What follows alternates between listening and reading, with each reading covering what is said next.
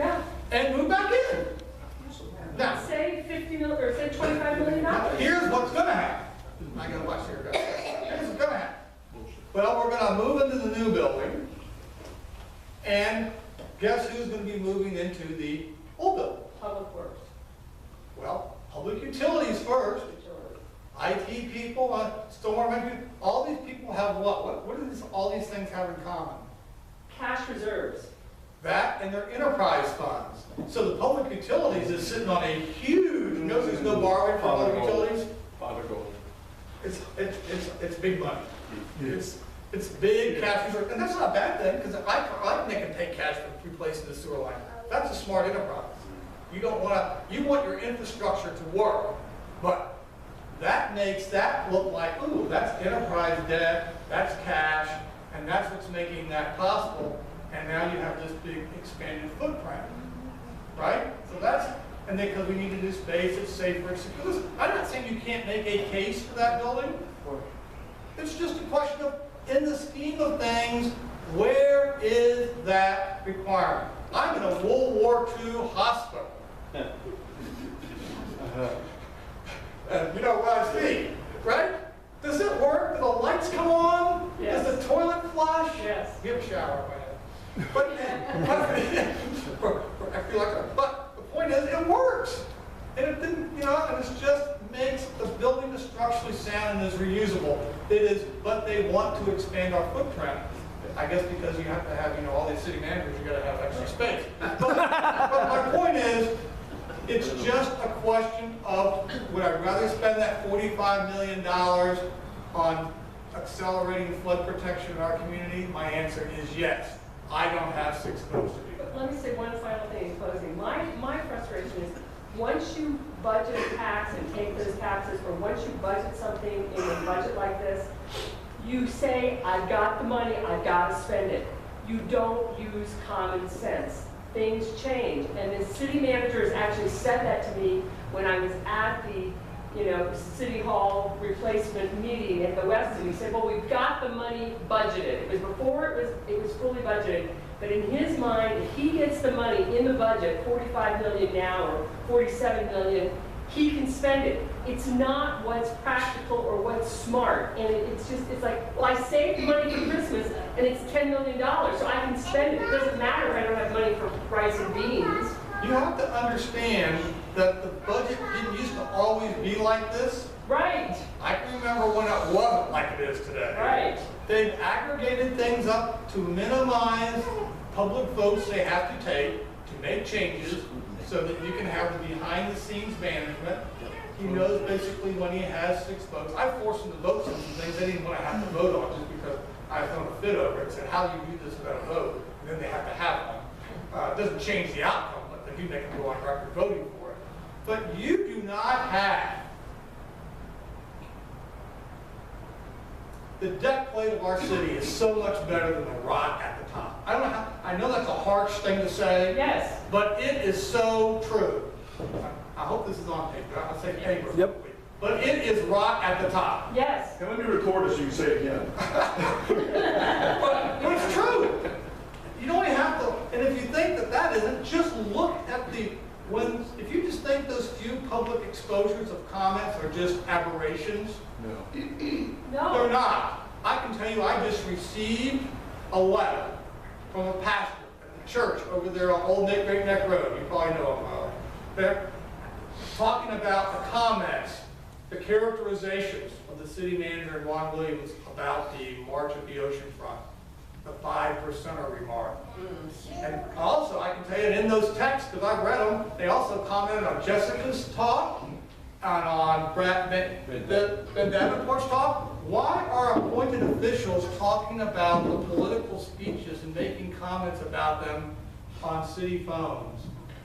What else do you think they're saying? I personally was a victim of that when the city manager tried to throw me under the bus and say I was the one that let out the conversation and the issue with the cop on North Great Neck Road, when it turned out in fact to be his own public affairs office that put the information out. And if it hadn't been recorded on a tape, he never would have admitted it.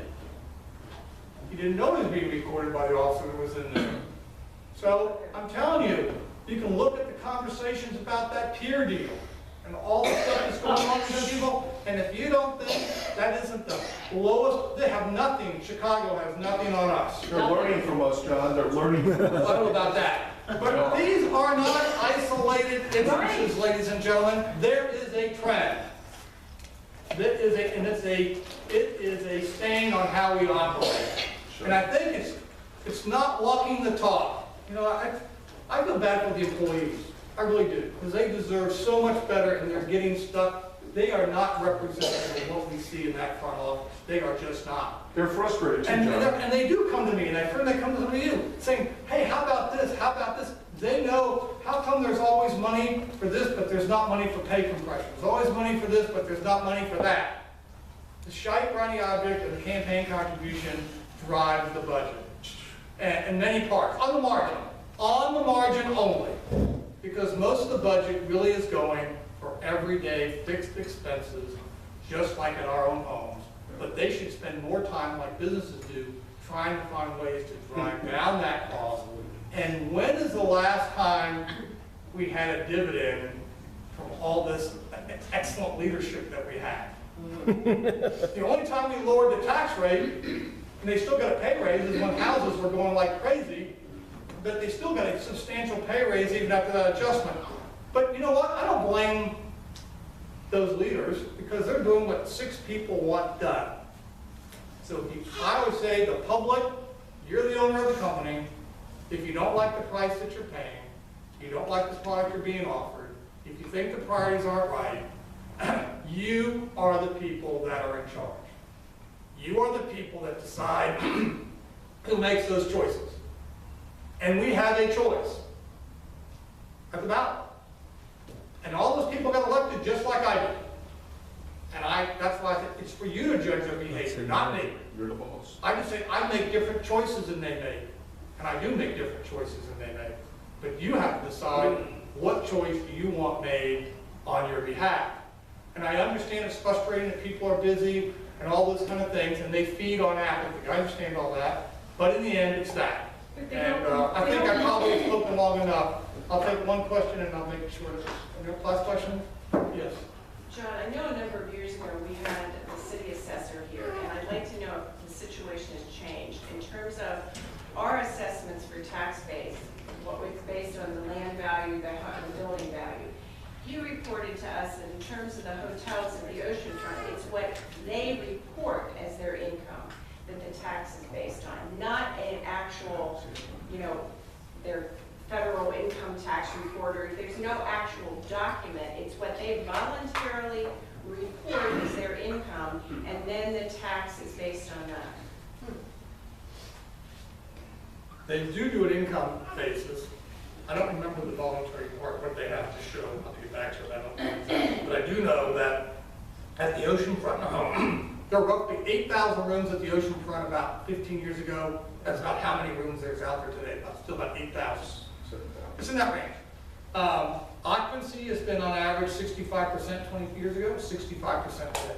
The average occupancy throughout the whole year, occupancy rates. To the whole city, not the oceanfront. That's right, but it hasn't changed. It hasn't really changed. The price point of the rooms had increased because of the difference in the hotel, and they've gone up significantly. 3 times.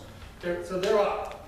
So therefore, but the profitability, if you saw Dr. Cook when he came here, also told you that the actual profitable margin, even though the rates were up, have been relatively flat, to slightly declined. So profitability, and often that's the thing about hotels. So I would say that if you look at the assessments, you have to call me, probably they're about right. Because I wouldn't say they're perfect, just like homes aren't perfect. I've always looked and said, how come there's so many $1 million homes in the Beacon on Sunday, but there aren't as many $1 million homes when I get the detailed tax assessment? And I have posed that question. And matter of fact, I asked, and I have this big, thick thing like this I'm still digesting, I asked for every subdivision that they did, not only to get the mean and the average, but to get the standard deviation, and also to provide me the cost basis, the sale universe that they used to make that determination. That takes a lot of reading. Let me just ask, and I'm boring through there, because I'm trying to understand, I don't understand how a property that's vacant on, Independence Boulevard across from Pembroke Meadows was bought for around $10 million, right, by Lowe's. They sold it for $5 because of the marketplace. But then you go and see that we pay more than the assessment for something that we buy. And I'm thinking, well, how is that? Why is it we have, and Jessica heard this, how come it is that the assessments down here, and this is one of two things are wrong, either we're paying too much, or we haven't been collecting enough taxes all along. And the answers that we get never make sense to me, but I understand that that's all I'm going to get with the 6 votes that we have. But I think there's room for intellectual improvement. I think Zillow could do a better job. But at least that's the marketplace. But I do think there's room for improvement there.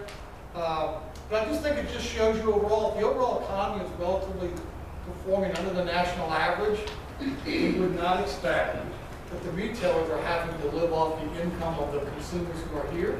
But I do know this, our per capita sales tax collection is a couple $100 more than Norfolk and over $500 less than Chesapeake. Now, I don't know, Chesapeake doesn't have much tourism, so I don't know how they do all that. Now, the answer that you get is all the people that come from North Carolina to shop in Chesapeake. So I thought maybe we should make a road into North Carolina. A bigger payoff. But my point is, when you start looking at the data, there's lots of patterns that's homework.